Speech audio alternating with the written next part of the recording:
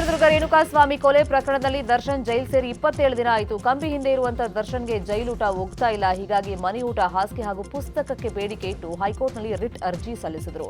ನಿನ್ನೆ ಅರ್ಜಿ ವಿಚಾರಣೆ ಮಾಡಿದಂತ ಕೋರ್ಟ್ ಇವತ್ತಿಗೆ ವಿಚಾರಣೆಯನ್ನ ಮುಂದೂಡಿತ್ತು. ಇವತ್ತು ಅರ್ಜಿ ಊರ್ಜಿತವಲ್ಲ ಅಂತ ಕೆಲ ಮಾಹಿತಿ ಉಲ್ಲೇಖಿಸಿ ಎಸ್ಪಿಪಿ ಪ್ರಸನ್ನಕುಮಾರ್ ವಾದವನ್ನ ಮಾಡಲಿದ್ದಾರೆ. ಈ ಮಧ್ಯೆ ಜೈಲಿನ ಆಹಾರದ ಬಗ್ಗೆ ಜೈಲಿನ ಅಧಿಕಾರಿಗಳು ಹೈಕೋರ್ಟ್ಗೆ ರಿಪೋರ್ಟ್ ಅನ್ನ ಕೊಟ್ಟಿದ್ದಾರೆ.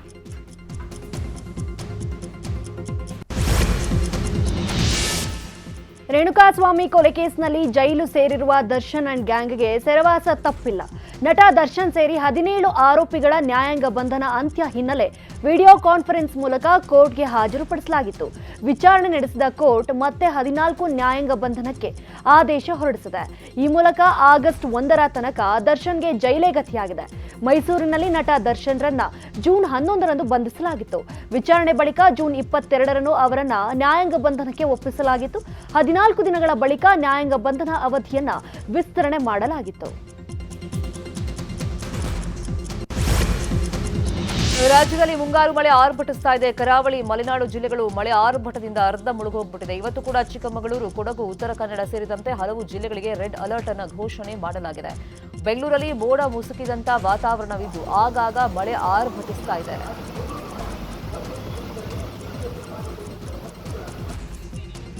ಉತ್ತರ ಕನ್ನಡ ಜಿಲ್ಲೆಯಲ್ಲಿ ಮಳೆ ಅಬ್ಬರ ಜೋರಾಗಿದೆ. ಜಿಲ್ಲೆಯ ಕಾಳಿ ನದಿ ಭೋರ್ಗರಿದು ಹರಿತಾ ಇದೆ. ಕಾಳಿ ನದಿಗೆ ಅಡ್ಡಲಾಗಿರುವಂತಹ ಕದ್ರಾ ಜಲಾಶಯದಿಂದ ನದಿಗೆ ನೀರನ್ನು ಬಿಡಲಾಗಿದೆ. ಕಾಳಿ ನದಿ ತಟದ ಜನರಲ್ಲಿ ಮತ್ತೆ ಪ್ರವಾಹದ ಆತಂಕ ಎದುರಾಗಿದೆ.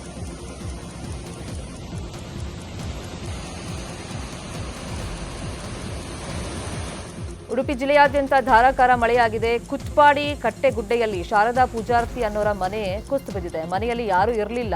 ಈ ಹಿನ್ನೆಲೆಯಲ್ಲಿ ಪ್ರಾಣಹಾನಿ ಸಂಭವಿಸಿದೆ. ಮೈಸೂರಲ್ಲೂ ಭಾರೀ ಮಳೆಯಿಂದ ಕಪಿಲಾ ನದಿ ಉಕ್ಕಿ ಹರಿತಾ ಇದೆ. ಮೈಸೂರು ನಂಜನಗೂಡು ರಾಷ್ಟ್ರೀಯ ಹೆದ್ದಾರಿ ಸಂಪೂರ್ಣವಾಗಿ ಜಲಾವೃತ ಆಗ್ಬಿಟ್ಟಿದೆ.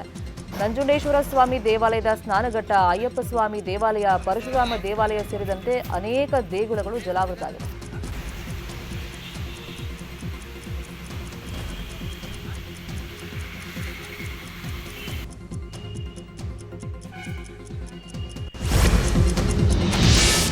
ಮಲೆನಾಡು ಕರಾವಳಿಯಲ್ಲಿ ಮಳೆ ಆರ್ಭಟ ಹಿನ್ನೆಲೆ ಹಲವು ಶಾಲೆಗಳಿಗೆ ರಜೆ ಘೋಷಣೆ ಮಾಡಲಾಗಿದೆ.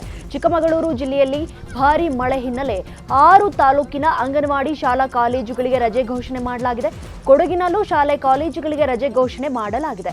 ಶಿವಮೊಗ್ಗ, ದಕ್ಷಿಣ ಕನ್ನಡ ಜಿಲ್ಲೆಯ ಶಾಲೆಗಳಿಗೂ ರಜೆ ಘೋಷಣೆ ಮಾಡಿ ಜಿಲ್ಲಾಧಿಕಾರಿ ಆದೇಶ ಮಾಡಿದ್ದಾರೆ. ಇನ್ನು ಖಾನಾಪುರ ಮತ್ತು ಪಶ್ಚಿಮ ಘಟ್ಟ ಭಾಗದಲ್ಲಿ ಭಾರೀ ಮಳೆಯಾಗ್ತಿದ್ದು ಬೆಳಗಾವಿಯ ಖಾನಾಪುರ ತಾಲೂಕಿನ ಶಾಲಾ ಕಾಲೇಜುಗಳಿಗೆ 2 ದಿನ ರಜೆ ಘೋಷಣೆ ಮಾಡಲಾಗಿದೆ.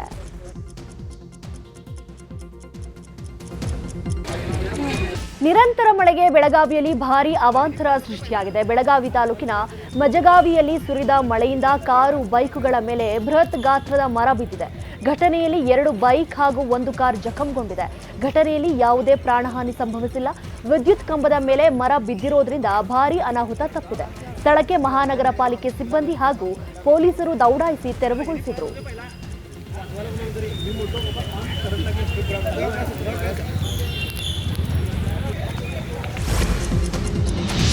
ಉತ್ತರ ಕನ್ನಡ ಜಿಲ್ಲೆಯ ಅಂಕೋಲ ತಾಲೂಕಿನ ಶಿರೂರು ಬಳಿ ಕುಸಿದ ಗುಡ್ಡ ತೆರವು ಕಾರ್ಯಾಚರಣೆ 5ನೇ ದಿನಕ್ಕೆ ಕಾಲಿಟ್ಟಿದೆ. ಈವರೆಗೆ 7 ಜನರ ಶವ ಪತ್ತೆಯಾಗಿದೆ. ಒಂದೇ ಕುಟುಂಬದ ಲಕ್ಷ್ಮಣ್, ವೀಣಾನಾಯಕ್, ಅವಂತಿಕಾ, ರೋಹನ್ ಸೇರಿದಂತೆ 2 ಲಾರಿ ಚಾಲಕರ ಶವಗಳು ಪತ್ತೆಯಾಗಿವೆ. ಜೊತೆಗೆ ಬೆಳಂಬಾರ ಕಡಲ ತೀರದಲ್ಲಿ ಛಿದ್ರವಾಗಿರುವಂತಹ ಮೃತದೇಹ ಒಂದು ಪತ್ತೆಯಾಗಿದ್ದು ಗುರುತು ಪತ್ತೆಯನ್ನ ಮಾಡಲಾಗ್ತಾ ಇದೆ. ಛಿದ್ರವಾಗಿರುವಂತಹ ಮೃತದೇಹದ ಭಾಗವನ್ನ ಅಂಕೋಲ ತಾಲೂಕಿನ ಆಸ್ಪತ್ರೆಗೆ ರವಾನೆಯನ್ನ ಮಾಡಲಾಗಿದೆ. ಇನ್ನು ಗುಡ್ಡ ಕುಸಿತದಲ್ಲಿ 15ರಿಂದ 16 ಮಂದಿ ಸಿಲುಕಿರುವಂತಹ ಶಂಕೆ ವ್ಯಕ್ತವಾಗಿದ್ದು ಶೋಧ ಕಾರ್ಯ ಮುಂದುವರೆದಿದೆ.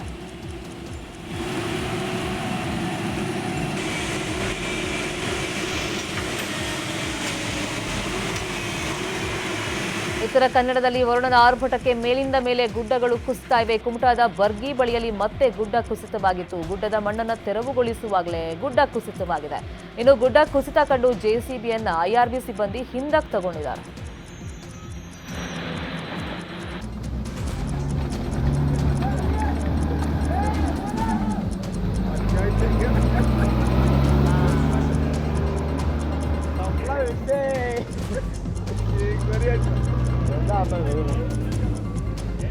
ನೋಡಿದೆ ಬರೋದಲ್ಲ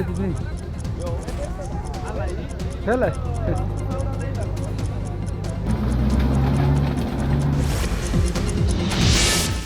ಚಿಕ್ಕಮಗಳೂರಿನ ಕಳಸಾ ತಾಲೂಕಿನಲ್ಲಿ ಮಳೆ ಆರ್ಭಟ ಮುಂದುವರೆದಿದೆ. ಭದ್ರಾ ನದಿ ಆರ್ಭಟಕ್ಕೆ ಹಲವು ಕುಟುಂಬಗಳು ಸಂಕಷ್ಟಕ್ಕೆ ಸಿಲುಕಿದೆ. ಹೆಬ್ಬಾಳೆ ಸೇತುವೆ ಸುತ್ತಮುತ್ತಲಿನ ಪ್ರದೇಶಗಳಲ್ಲಿ ನೆರೆ ಸೃಷ್ಟಿಯಾಗಿದ್ದು, ಮುಕುಂದ ಪೂಜಾರಿ ಎಂಬುವರ ಮನೆಯ ಸುತ್ತ ನೀರು ನಿಂತಿದೆ. ಇನ್ನು ಕಾರು ಗ್ಯಾರೇಜ್ ಸಂಪೂರ್ಣ ಮುಳುಗಡೆಯಾಗಿದ್ದು, ಹಲವು ಕಾರುಗಳು ಕೊಚ್ಚಿ ಹೋಗಿದೆ. ಚಿಕ್ಕಮಗಳೂರಿನ ಕಳಸಾ ತಾಲೂಕಿನ ಯಡೂರಲ್ಲಿ ಭಾರೀ ಮಳೆಗೆ ಜಮೀನುಗಳಿಗೆ ನೀರು ನುಗ್ಗಿ ಭತ್ತದ ಸಸಿಗಳು ಕೊಚ್ಚಿ ಹೋಗಿವೆ. ಅಡಿಕೆ, ಬಾಳೆ ತೋಟ ಸಂಪೂರ್ಣ ನಾಶವಾಗಿದೆ.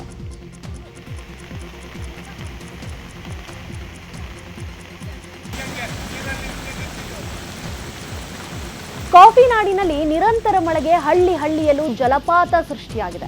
ಮೂಡಿಗೆರೆ ತಾಲೂಕು ಬಳಕಲ್ನ ಕೋಗಿಲೆ ಗ್ರಾಮದ ಹಬ್ಬಿ ಹಳ್ಳ ಬೋರ್ಗರೆದು ಹರಿತಿದೆ.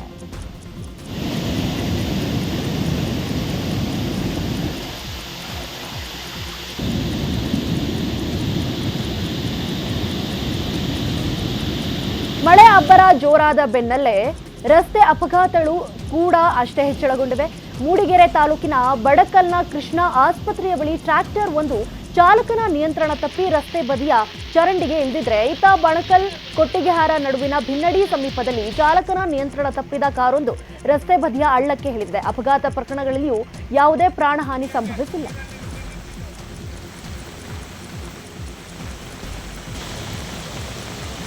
ಟೈಮಲ್ಲಿ ಬಂದು ನೋಡ್ತಾರೆ, ಮಾಡ್ತಾರೆ, ಎಲ್ಲ ನಾನು ಮಾಡ್ತೀನಿ, ಸೇವೆ ಮಾಡ್ತೀನಿ, ಅದು ಮಾಡ್ತೀನಿ, ಇದು ಮಾಡ್ತೀನಿ ಅಂತ ಹೇಳ್ತಾರೆ. ಯಾವುದು ಕಾರಣಕ್ಕೂ ಬಂದು ಹೋಗಿಲ್ಲ. ಮಳೆಗಾಲದಲ್ಲಿ ಬಂದು ನಾನು ಹಂಗೆ ಮಾಡ್ತೀನಿ, ಹಿಂಗೆ ಮಾಡ್ತೀನಿ ಅಂತ ಹೇಳ್ತಾರೆ. ಅದು ಮಾಡಬಾರ್ದು ಸರ್. ಯಾಕಂದರೆ ಬೇಸಿಗೆ ಟೈಮಲ್ಲಿ ಬಂದು ಮಾಡಿ ಅದು ಮಾಡಿಕೊಡ್ಲಿ.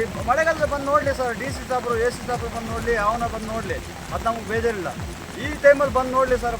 ಎಷ್ಟು ಬಡವರು ಕಸ್ಟಮರ್ ಕೆಲಸಕ್ಕೆ ಹೋಗೋರು ಬಂದು, ಎಷ್ಟೋ ಜನ ಕೂಲಿ ಕಾರ್ಮಿಕರು ಬಂದು ಅಡ್ಡ ನಿಂತಿದ್ದಾರೆ. ಎಷ್ಟೋ ಒಂದು ಕಮ್ಮಿ ಅಂದರೆ ಒಂದು 75-80 ಗಾಡಿ ನಿಂತಿದೆ. ಆ ಕಡೆ ಸೈಡಿಂದ ಒಟ್ಟಿಗೆ ಇದು ನಮ್ಮ ಕಳಸ ಸೈಡಿಂದ ಬಂದು ಕೆಲಸಗಾರರು, ಕೂಲಿ ಕೆಲಸಗಾರರು ಎಲೆಕ್ಷನ್ ಬಂದು. ಚಿಕ್ಕಮಗಳೂರಿನಲ್ಲಿ ಮಳೆ ಆರ್ಭಟಿಸ್ತಾ ಇದೆ. ಹಿನ್ನೆಲೆಯಲ್ಲಿ ಚಿಕ್ಕಮಗಳೂರು ಉಸ್ತುವಾರಿ ಸಚಿವ ಕೆಜೆ ಜಾರ್ಜ್ ಮಳೆ ಹಾನಿ ಬಗ್ಗೆ ಸಭೆಯನ್ನು ನಡೆಸಿದ್ದಾರೆ. ಜಿಲ್ಲೆಯ ಹಿರಿಯ ಅಧಿಕಾರಿಗಳ ಜೊತೆ ವಿಡಿಯೋ ಕಾನ್ಫರೆನ್ಸ್ ಮೂಲಕ ಕೆಜೆ ಜಾರ್ಜ್ ಸಭೆಯನ್ನು ನಡೆಸಿ ಪ್ರವಾಹ ಪರಿಸ್ಥಿತಿಯನ್ನು ಸಮರ್ಥವಾಗಿ ನಿಭಾಯಿಸುವಂತೆ ಸೂಚನೆ ಕೊಟ್ಟಿದ್ದಾರೆ. ಜೊತೆಗೆ ಡೆಂಗಿ ಪ್ರಕರಣ ಹೆಚ್ಚಾಗದಂತೆ ಕ್ರಮ ಕೈಗೊಳ್ಳಿ ಅಂತ ಅಧಿಕಾರಿಗಳಿಗೆ ತಾಕೀತನ್ನು ಮಾಡಿದ್ದಾರೆ.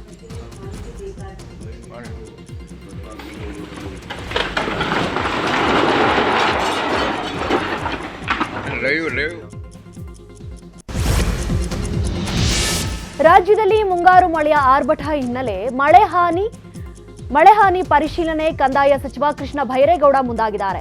ಇಂದು ರಾಜ್ಯದ ಎಲ್ಲಾ ಜಿಲ್ಲಾಧಿಕಾರಿಗಳ ಜೊತೆ ವಿಡಿಯೋ ಕಾನ್ಫರೆನ್ಸ್ ಮೂಲಕ ವಿಧಾನಸೌಧದಲ್ಲಿ ಮಧ್ಯಾಹ್ನ 2:30ಕ್ಕೆ ಸಭೆ ಮಾಡಲಿದ್ದಾರೆ. ಜಿಲ್ಲೆಗಳಿನ ಮಳೆ ಪರಿಸ್ಥಿತಿ, ಹಾನಿ ಪರಿಹಾರ ಕಾರ್ಯಗಳ ಬಗ್ಗೆ ಕಂದಾಯ ಸಚಿವ ಕೃಷ್ಣ ಬೈರೇಗೌಡ ಚರ್ಚೆಯನ್ನ ನಡೆಸಲಿದ್ದಾರೆ.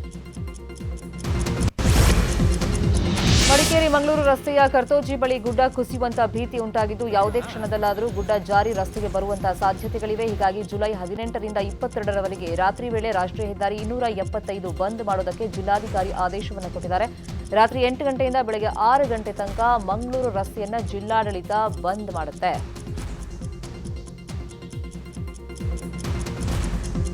ಕನ್ನಡಿಗರ ಮೆಚ್ಚಿನ ನಿಮ್ಮ ನ್ಯೂಸ್ 18 ಕನ್ನಡ ಈಗ ವಾಟ್ಸ್ಆಪ್ನಲ್ಲಿಯೂ ಲಭ್ಯ.